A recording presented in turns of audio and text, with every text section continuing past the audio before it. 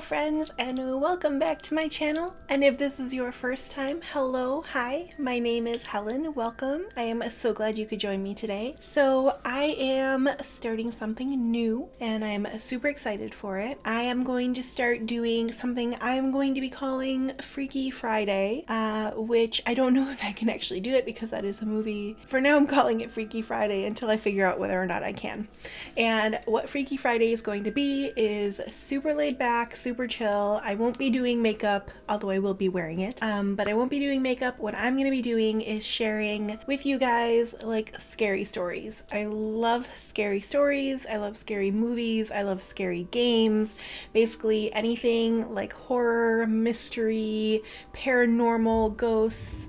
I love it all. So since this is my first video doing this, I think what I'll do is I'm going to start with my own story, and then I'm going to go into a lot of my stories I'll be pulling from like Reddit or articles that share stories, and then I'm just going to go through and read them on my phone and be a little spooked out with you guys. Oh, and I also wanted to mention, so I was definitely inspired to do this by two people in particular. So there's Lvly. I recently discovered her on YouTube and I love her channel, and I've been just like seriously geeking out on all her stuff and watching all the scary stuff.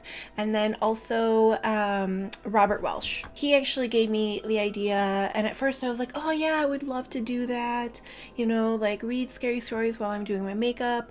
And then I quickly realized like I don't think I'm coordinated enough to read stories while I'm trying to focus on doing my makeup. Like one or the other is gonna fail, so I'd rather just like sit down and chill and relax with you guys and just read the stories. But those two definitely were my inspirations for this new series of videos. And I will also mention, not every story I'm going to be reading is going to be like paranormal. It can just be like mystery, anything that's just kind of like a little off, a little weird, that can't be explained. What Robert does with his is he has his watchers basically email him stories like of their own personal stories, and he reads those. I would eventually like to get to that point where you guys are sending me stories, but I do have a pretty small following at this point, so I'd probably, if you guys did send me stuff, would go through that pretty quickly. So like I said, I'm going to start with Reddit stories and go from there. So starting with my personal story, I'm going to talk to you guys about night terrors or sleep paralysis. So I have had it happen to me several times in the past. It has been years since I've experienced them, but the first one I was pretty young when it happened, so it was like probably double terrifying. I don't remember, like I don't know my specific age. I know we had moved from Chicago to the Chicago suburbs already because I was in my parents' bed. My dad must have already gone off to work and it was me and my mom in the bed. And I remember I was having this nightmare where there was this bunny, and this bunny's job was to like hop around and steal people's heads. In my dream, I was like at a grocery store with my family, and my cousin was there, and when we were leaving the grocery store, I noticed that her head was gone, so the bunny had gotten to her. And I remember running away from the bunny because the bunny was somewhere there, and I ended up finding where it lived. I guess it had like a garden, and growing in the garden, it had like almost like a cabbage patch, but instead of cabbages, it was people's heads. So the like heads it was stealing were like growing in this cabbage patch. And at this point, I think is when like the actual sleep paralysis night terror started, because my eyes were open. I was aware that I was in my parents' bed and bedroom. I could look around, but I couldn't move. And I think I must have been like, my head must have been like falling off the bed a little bit, because I was looking at my parents' nightstand and I could see the bunny, and the bunny was hopping towards me. It was like this big. It was just this tiny little bunny. And even my dream, it was just this tiny little thing, and it was coming towards me and it was gonna get my head. And I remember like trying to move or trying to like call out for my mom. I knew she was right next to me and I couldn't move. I couldn't speak out to her or anything. And then eventually, obviously, like I jolted out of it and I was able to like, I probably started crying. I don't even know. I said I don't really know how old I was, but I couldn't have been more than like maybe 5. I want to say I was around like 5 when we moved to the suburbs, and it had to have been because I know like that summer I had gone to Greece when I turned 6 in Greece, but I think it was somewhere around there. So I was like 5 or 6, maybe up to 7, but I don't think I was that old. I was definitely younger. So that was my first experience with night terrors. And then the second one, the next two, because I think there's only 3 that really stand out in my mind. The next 2 happened, we had moved again. We were still out in the suburbs, but this was in that house. And the first one wasn't like super crazy. I woke up, I couldn't move, but it was a little crazy. So there was a dark figure standing over me in bed. I had at the time like a twin size bed, and so it was like straddling me. Its feet were on each side of me, and it was holding like an axe above its head. And just as it swung down is when I like snapped out of my night terror. So that was pretty intense. But the one that really sticks with me that has like I've never really truly forgotten, it was in that same house. I had a full-size bed at this time. And I remember waking up, and obviously I couldn't move, but my eyes were open, and I just had this like super intense feeling of dread, and just like something was really wrong, and like something was really bad, and it was in the room with me. And there was a figure at the end of the bed.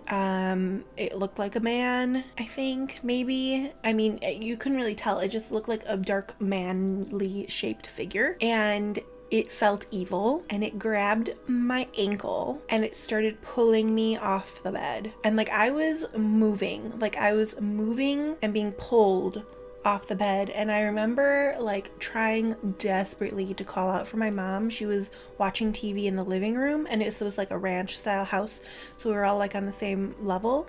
I remember trying to call out for her, and I just could not. Like I was like kind of moaning, like because I couldn't get the sounds out. I swear I was being pulled, and it just felt so evil. And finally I like snapped out of it, and the feeling was gone, that like sense of dread, and I had not actually moved. So even though I could see in my brain like I was shifting down the bed, like I had not actually moved.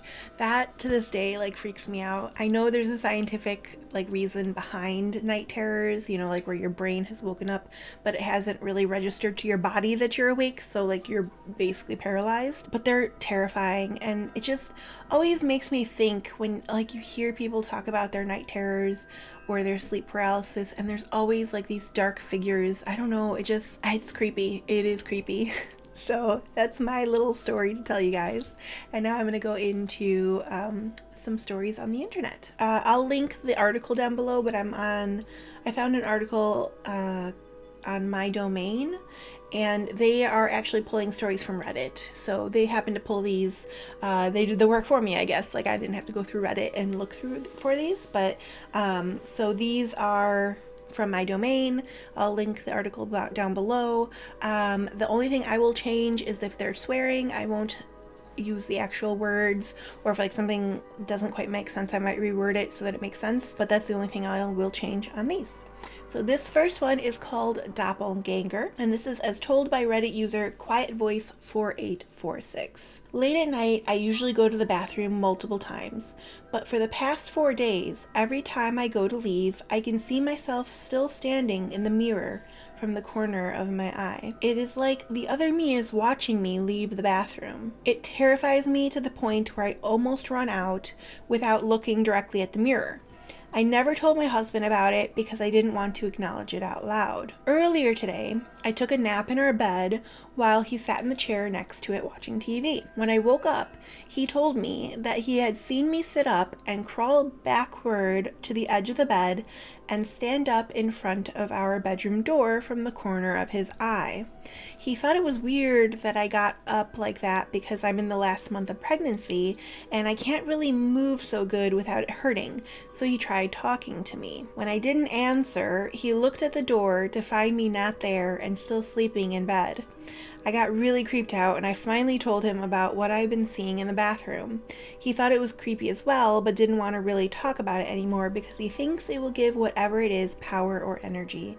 I have no idea what it wants or why we both saw it. It is super creepy. I will say, like, whenever I am I've watched like a scary movie or played a scary game or like in just like this spooky kind of mood, I do not like looking at mirrors or anything. I don't want to ever catch a reflection of something that isn't there or shouldn't be there, so I always like avoid them. Even like if I get up to go to the bathroom in the middle of the night, I don't look at the mirror. And it's kind of hard because in my bathroom upstairs, it's like the whole wall above the vanity is a mirror, so like I have to try pretty hard not to see and look at it. But I always like, nope, not gonna do it. I don't want to look, so I just avoid the mirrors.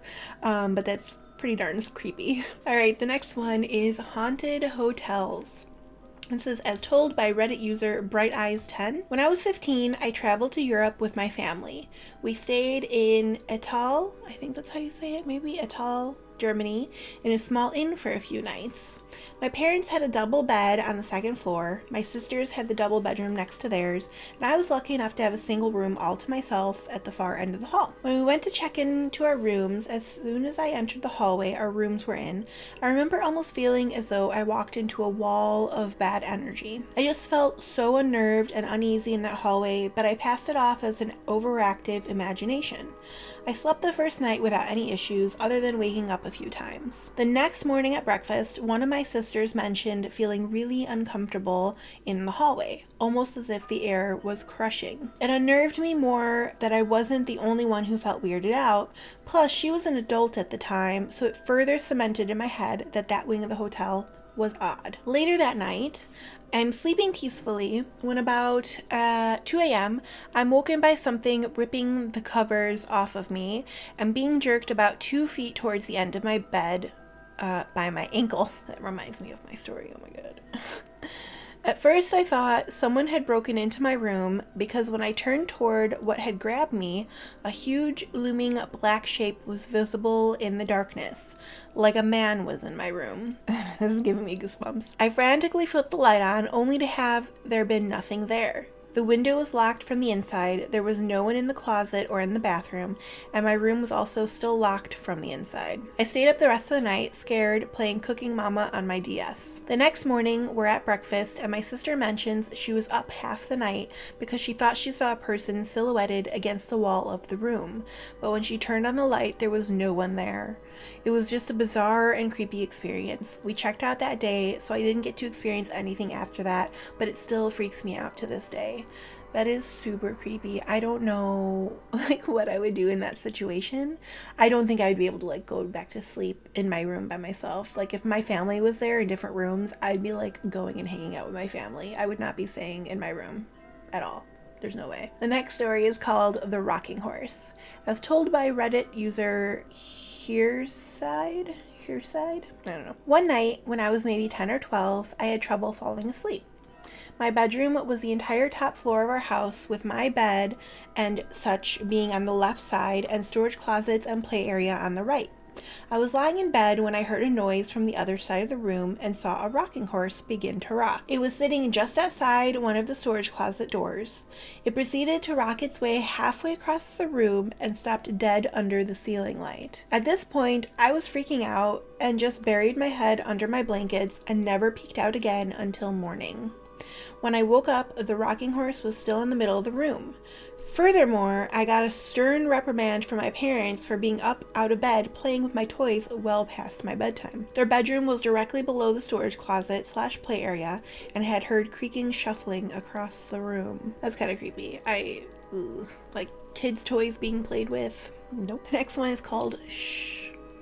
As told by Reddit user Fuzzy Bandits. When I was a teenager, I used to babysit my cousin Alyssa. She was little, maybe almost 2, maybe a little older. Old enough to say sentences. I'm giving her a bath before bed when she looks out into the hallway and gets a terrified look on her face and starts crying. At this moment, my aunt's Pomeranian starts going nuts as well, barking and growling into the hallway. The atmosphere in the room became uncomfortable and I started getting scared.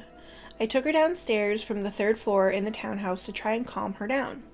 I asked her what was wrong, and she said something along the lines of, the man with the black eyes was there. When I continued to pry, she looked up at the second floor stairs, her eyes getting big, and looks at me, bringing her finger up to her mouth, and said, shh, while shaking her head no. Yikes. I swear, like little kids, if a little kid says that they're seeing something, I'm very inclined to believe them. I just feel like if there is stuff, like, I don't even know how much, like, I believe in paranormal stuff and ghosts and stuff, or like demons and things like that. I don't really know how much I really believe in it, but it's like enough for me to be creeped out that there might be something out there. And like the amount of kids that like have these kinds of stories, like if anyone can see it, I feel like they would be able to, and that creeps me out. This next story is called The Trickster, as told by Reddit user Scarlet Beeswax. I lived in this house with a basement, and every time I walked up the stairs, I would get this weird, creepy goosebumps feeling in the back of my neck. It didn't make me uneasy to go down the stairs or to be in the basement. My craft room was down there, and I spent a lot of time there. After a while, I would have items I was using disappear when I would look away from them.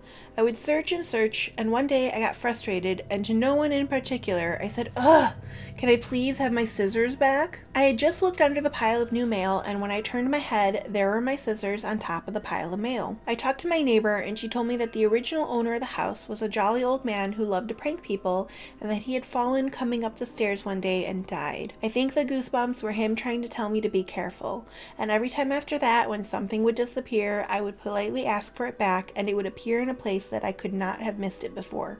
Thanks, old man. It was fun. That's kind of creepy, but I guess it's good that it wasn't like anything, didn't feel off or horrible or scary, so that one's kind of a nice one. The next one is called Unwanted Tenants, as told by Reddit user Vanilla Gorilla. My daughter was 4 years old when we lived in our last home. I was a single mom at the time, so it was just she and I alone in the home. I always got an uncomfortable feeling in her room, particularly the closet area, but never thought much of it. Until one evening, I had put her to bed, and as I was doing chores, I walked by her room and heard her whispering. I listened for a bit, thinking she was talking to herself, but it was definitely a two-way conversation, with her saying, uh-huh, okay, stuff like that. I walked in and asked her who she was talking to. She smiled uncomfortably and said, no one. I took her out to the hall, and she wouldn't say anything, but I could tell she was afraid. Finally, we went outside of the house. She said there was a man in her room who didn't want us in the house, and he had told her this and to tell her mom to leave. I moved us out a month later. She has not since ever had an episode like this. I like the stories where the parents listen to the kid and they move out.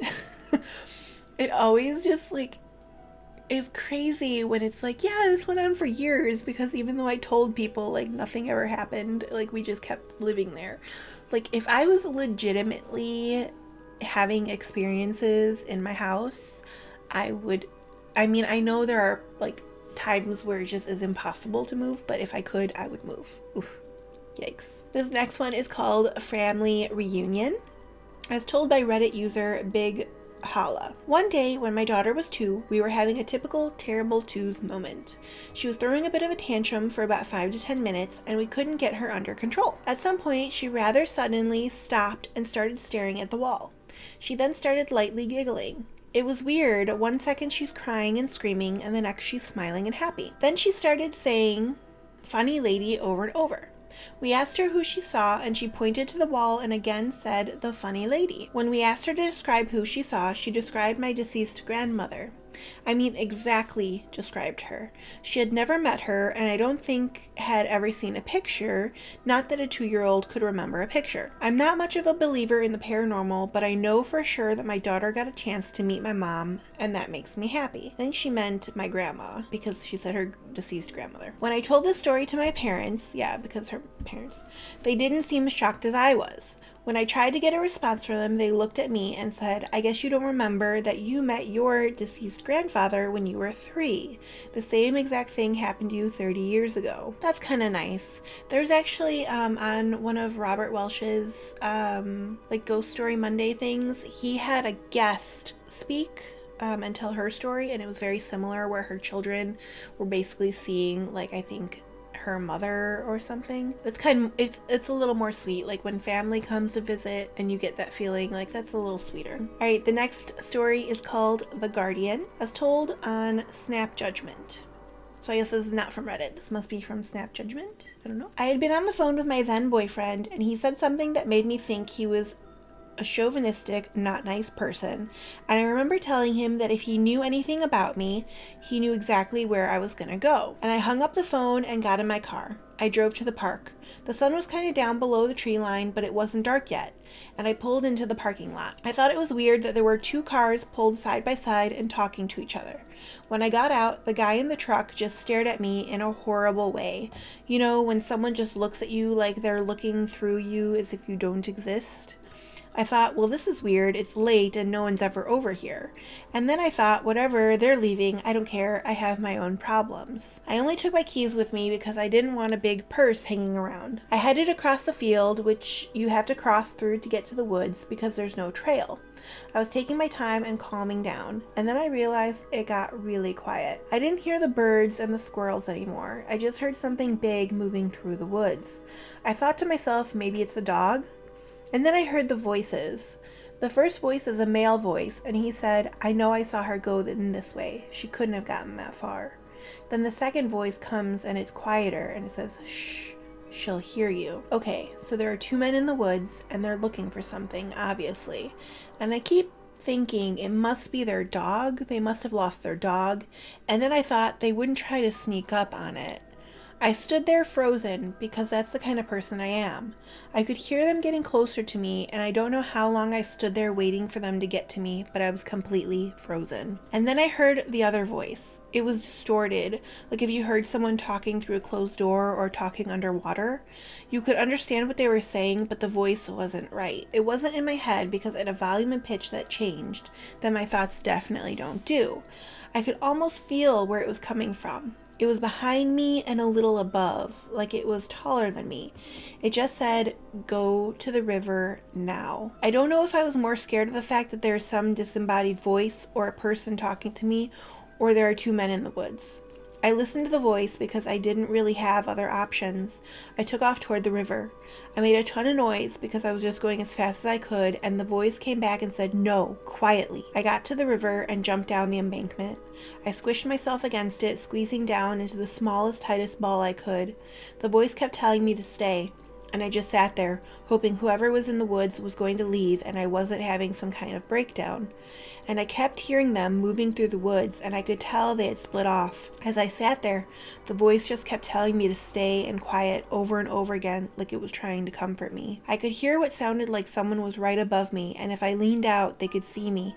But I had to look. I just tilted my head up a tiny bit, and I could see the tips of these construction boots hanging over the edge. And I could see, next to them, this dirty old rope, just swinging next to them, swinging. I don't think I even thought anything. I was so scared. I just tried not to breathe. It felt like hours, but I know it couldn't have been that long. The voice even was completely silent. There was nothing but me hearing this man breathing. He started to walk away at some point, and the voice kept telling me to wait. So I waited, and finally the voice said, go. Now to the field. Go now. It was screaming at me so loud. So I ran through the woods and just got out to the field, far, far from the cars and street. It was getting dark and I could see the parking lot, but it was so far away. I'm running, and I start hearing footsteps running, and first, they're farther away, but they're so much faster than I am, barreling after me, and there was nothing. I fully expected to see at least one of the men there, but it was silent. The only thing I could think was that the footsteps must have belonged to the voice, and I hear it again, screaming at the top of its lungs that I need to run right now, and the footsteps come back, and they're in pace with me, running next to me through the field. I had 1,000 crazy thoughts because none of this made any sense. Finally, I get to my car, and I see both the cars were parked in different places with nobody in them. I refused to look behind me. If there hadn't been a voice, I would probably be a missing persons case. It got me out of there. And now, and that is the end of the story. Oh my god. That was super creepy. Oh my gosh, I can't even imagine. First off, the moment I pulled up and there were two cars parked there and I was like alone by myself, I would have just driven off and like not stayed. Like I would not have gone off on myself. But oh my gosh, like can you imagine like being told to run? Oof, that one's really good. They do continue into some more stories, but I think that's where we're gonna end this first I guess episode. I really hope you guys enjoyed this. I have like goosebumps from that last one. Super creepy. This is definitely, I'm hoping to become like a normal thing, and I really hope you guys enjoyed it as well. If you do happen to have any stories that you do want me to share on my channel, go ahead and email me. My email is down in the description box, and I will gladly share it. Just let me know whether or not you want to stay like anonymous or anything like that. But yeah, I will definitely share anything you guys have if you have any like spooky or hard to explain stories. But yeah, so that is my first Freaky Friday ghost story time. I really enjoyed it, and now I'm gonna go watch some scary movies. If you liked today's video, go ahead and give it a thumbs up, and if you would like to see more videos like this, I post on Wednesdays and Sundays, and now moving forward I will also post on Fridays with my spooky stories. So go ahead and hit that subscribe button, and I will see you guys next time. Bye!